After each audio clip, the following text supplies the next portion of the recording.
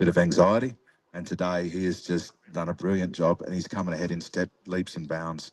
The reason he's doing that is because we calibrate every step that he takes by what I'm doing. I'm not trying to over pressurize him. I'm not trying to do anything that's going to push him into going over top of his boundaries. I want to work with him, but work with him with where he's at. So if he's had trauma, if he's had some kind of negative emotion in his life, like anger or fear, fear can turn into anger, anxiety, something going on in his life. The idea is to keep building his confidence, but to let him know that there's a certain point where he does have to do what we're asking. So I work on the principles of permissive and direct language. Um, Good boy. Just pushing off my rope. And it's really important, if we do something in a yard, we need to accept that we did that. And if our horses responded to it or reacted to it, take ownership of that, yeah? Now you can see he's got his head towards me, so I'm just going to ask him to walk off. Now, what I want to do is I want to position myself. It's a little bit hard because this horse is starting to learn to keep his nose on me because he's done a couple of days with me now. So I'll try and, yeah, okay, so we got that there now. So he's looking away from me, yeah? So he's not looking towards me yet. He's not looking towards me yet. Not looking towards me yet. I'm going to position myself so that he does. And he's still looking that other way, yeah? So we're going to take him in the opposite direction this time. No, he's coming back this way. So let him come around. So instead of trying to make this a fast thing, what I want to do, as soon as he looks at me, which he's kind of looking there now, he's got his nose bent. That's a lot better than what it was over there, yeah? Yeah. So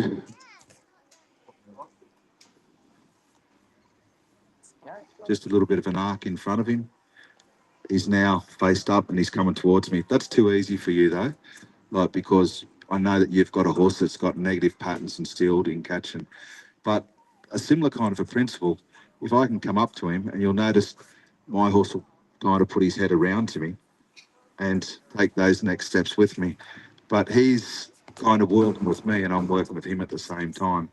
What we want to do is encourage the positive, discourage the negative, but do it in a way that doesn't make him go, hey, this is going to be make or break. We want to keep it so it's a game. So what we were talking about before, when something happens, I don't know who asked me the question, but they've got, when something happens, if they're doing something and it doesn't quite go to plan. So when trying to get onto the near side, yeah, we're talking about near and offside, yeah. The near side is the feminine side, whether it be a person or a horse. That's why we approach the near side, yeah? They're more likely to take us on that side.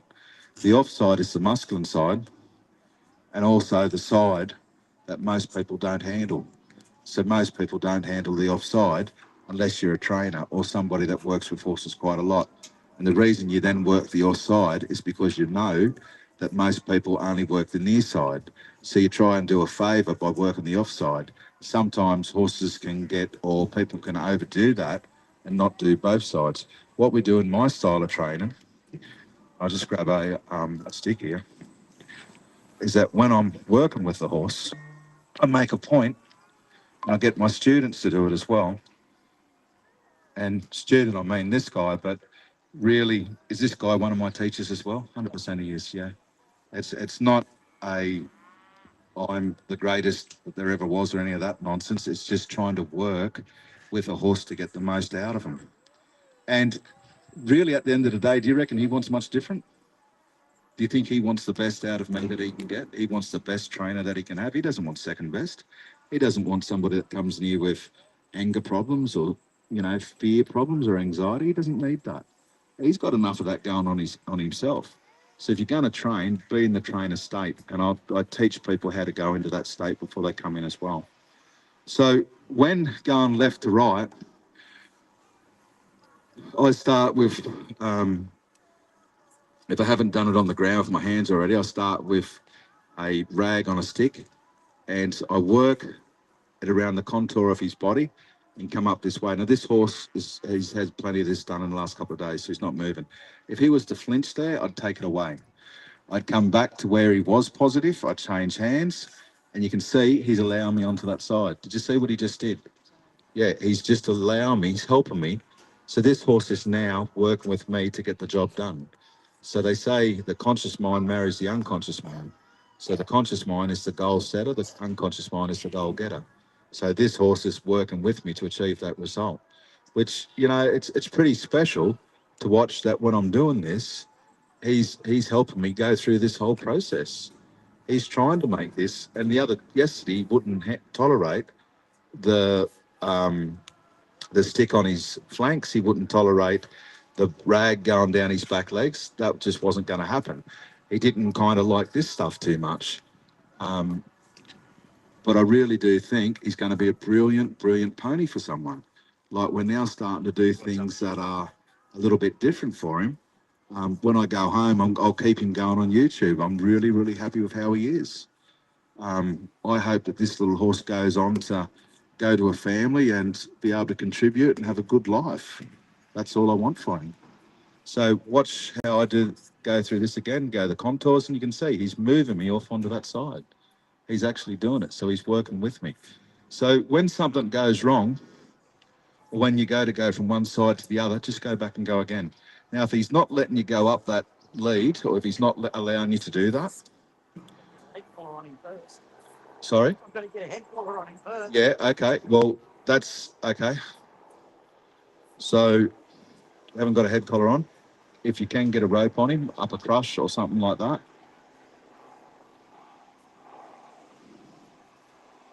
And if it's too dangerous to do too much, you probably need to get a bit of help or something, like someone in that can help you a little bit. But if you can just get your rope across the front.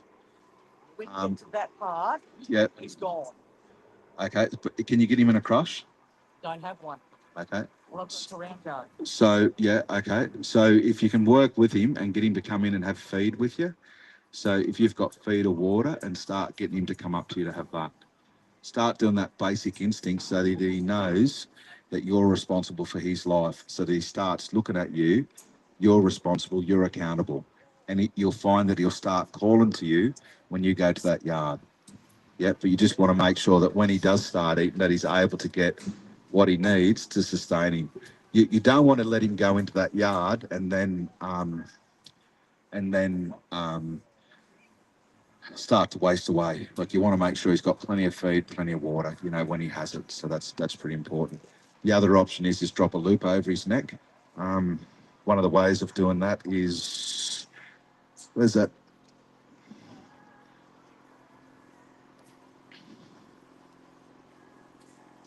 So if you've got a kind of something like this, we've just put that on him. You can always get a hook, come in. Yeah, he won't tolerate anything down his neck. Yeah. As soon as you go at him with a lead rope, head collar, even if it's a bailing point. Yeah. Gone. Yeah, okay, yeah. Right? Yeah. You can go at him with nothing, keep a piece of balance line in your back pocket, go down his shoulder, pick up his leg, and hobble him. Yeah. And that's the only way I've been able to then work up the neck, patting, stroking, put a rope around him. Yeah. And then get one on him. So what I'd suggest is, like, and I don't know what your work hours and that are, but if you can spend a bit of time with him in the morning and evenings and keep doing that, but gradually refine and define the process that you're doing. Like, you come from like a past where you rode racehorses. Yep. So I would just refine and define it and calibrate from where he is. Like, there's no magic pill or potion. I know that what we do absolutely works, but I also know that if horses are at a life prior to what I do, they can be challenging. But they can raise points that question what you're doing or question how to go about doing things. I believe that he was left in a paddock in a community setting. Yep. And the kids used to go past and they'd call him over and he'd go over. Yeah, okay, gotcha. Yeah. And then they'd tease him, Yeah. abuse him, Yeah. chase him around. Yeah. So I've got to try and get through that. Do the feed, so go right back to the instinctual stuff. So thank you for telling me. So the bloke that broke him in, it's not his No. thing. So the idea is to go right back to those basic values. Go back to feed and water. Make sure that you bring the water or have it set up so that you can do it, and just develop and work with him over time, gently. But refine, calibrate of where he's at, and move on to the next session.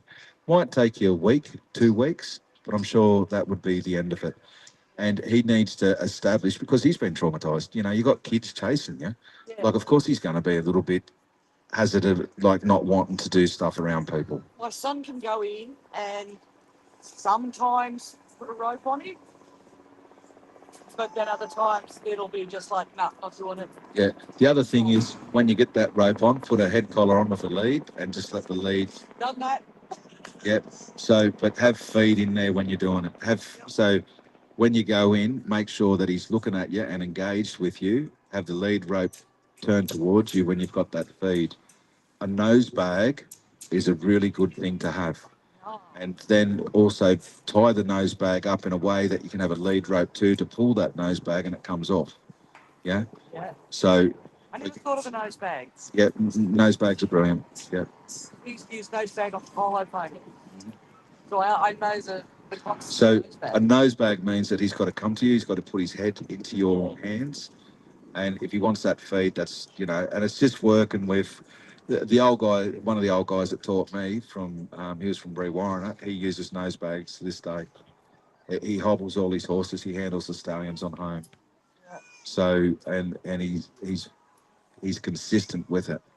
I'm really worried about the horse's tenseness. Yeah, that It's just you can constant. work with that, but you got to keep doing like what I was just saying. You got to keep define what you're up to with it. Yeah, and that's how you go about that process.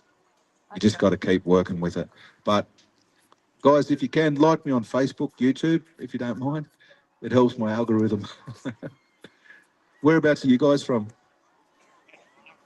Where's that? Yeah, okay, gotcha. Yeah. Thanks for tuning in for a bit. I appreciate it, guys. Okay. Have a good day. So yeah, just do that with him. Yeah. And like I was saying, just refine, define it, calibrate off it, and keep going. But we'll move on to the next session with this guy. So what I want to do with him now is I just want to check that girth out again, and you can see this guy's, because yesterday would have been a good day for you, Sam, Oh, because this guy was doing not exactly and not to the degree that you were talking about, but he was doing it. Today, you find that when I move in the yard or when I approach him, he puts his nose towards me, and his manners are starting to come good. So, and that's what we want from our horses, you know, like we program them to what we want. If they're doing the wrong thing, what have we taught them to do? You know, like what's happened to their life? And I'm not saying you've taught them to do it, but what as people, like they normally have issues with somebody doing something or implementing something that doesn't work for them. And it's just, and you can see he's looking for connection, this guy. He wasn't looking for it yesterday. Today, he's after connection. So we're just going to tighten this girth up a little bit more. I want one of those, Sam. Oh, yeah, great. So we've got our guy here. We're just going to place it on top again. And again, I've ridden enough horses to know that I've rode them. And when you start getting sore from it and busted up, you think there's got to be another way, and there is. Horsemanship doesn't finish just because you get older or you get busted up. Horsemanship finishes when you lose the passion. And how do you lose that passion? A lot of people lose it from fear, anxiety, too many busters, Yep. people doing stupid things. And it's hard to come back from certain points once that happens.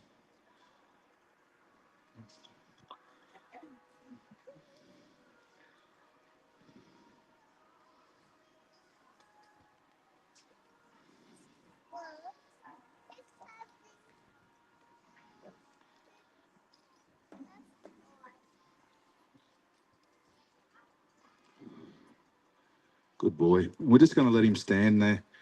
I like to, with all of my horses, once they get, you teach them something different, just let them stand, let them consolidate it. There's no rush, there's no craziness here. Just a point of safety. If you have got ropes and that on the ground and you're at this point, don't go and pick the rope up. Concentrate on where you're at, yeah. And where we want to stay is right here with this guy. So he's kind of calm, confident. He understands the process. This is his third time. I think he's had the Ardell dial on. So he's calm, confident. And did you just hear him go? He's just breathed out. So he's facing that way. So we're going to let him go that way. I'm going to come back and just tell him to walk on. Walk on. And I'm being a lot more liberal with him this time. I'm not. You can see he's got his head turned towards me. There's not much pressure on the rope, but he can feel the weight of it. So that's what I'm talking about, responsive. You calibrate off where your horse is at and make the most of that, yeah? So as far as I know, I'm the only person in Australia that's teaching NLP to horses and people at the same time. What we're working on right now is body language and kinesthetic. So the idea of the kinesthetic is when you touch something, there's an emotional response that comes with that, or a reaction dependent upon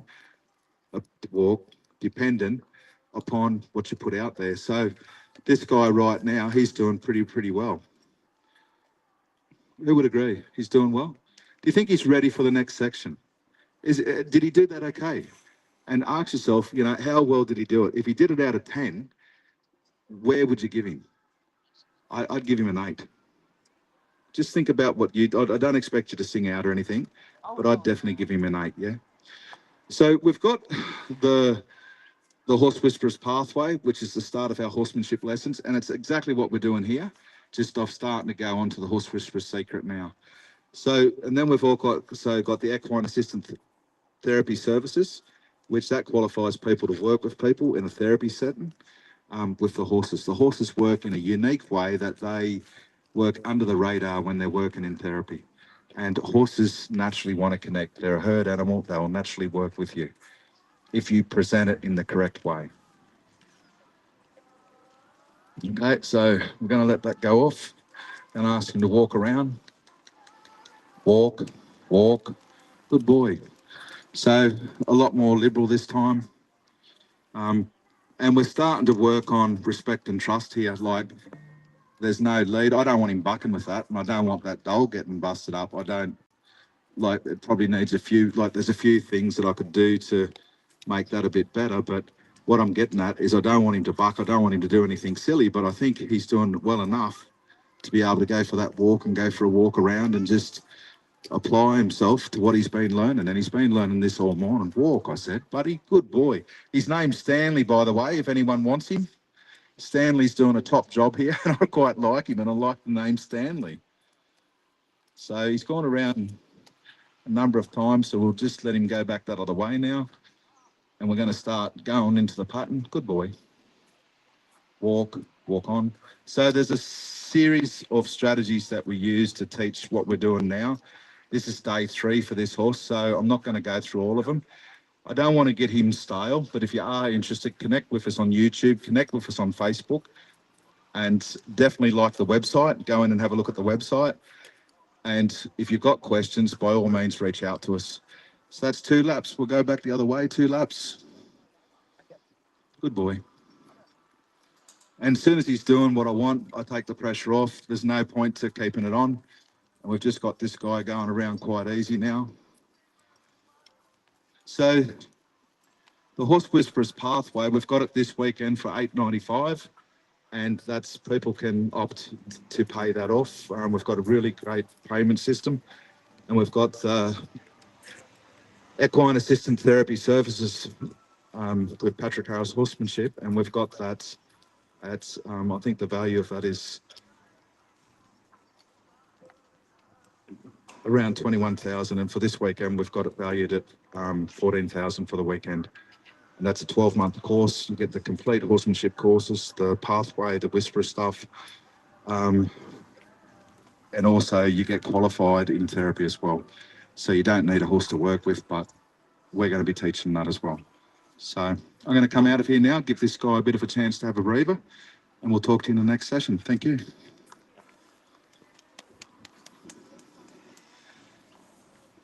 Sam, send a video of your horse. Let us know how you go. Yeah?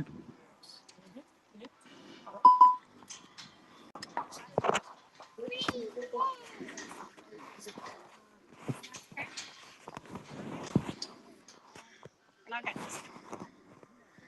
Right. Dude does. Mhm.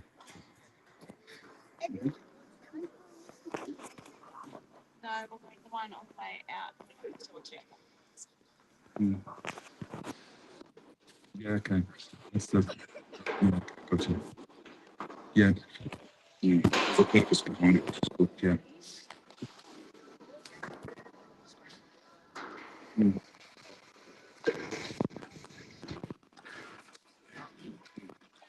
Do what I said and send some videos and let us know your progress.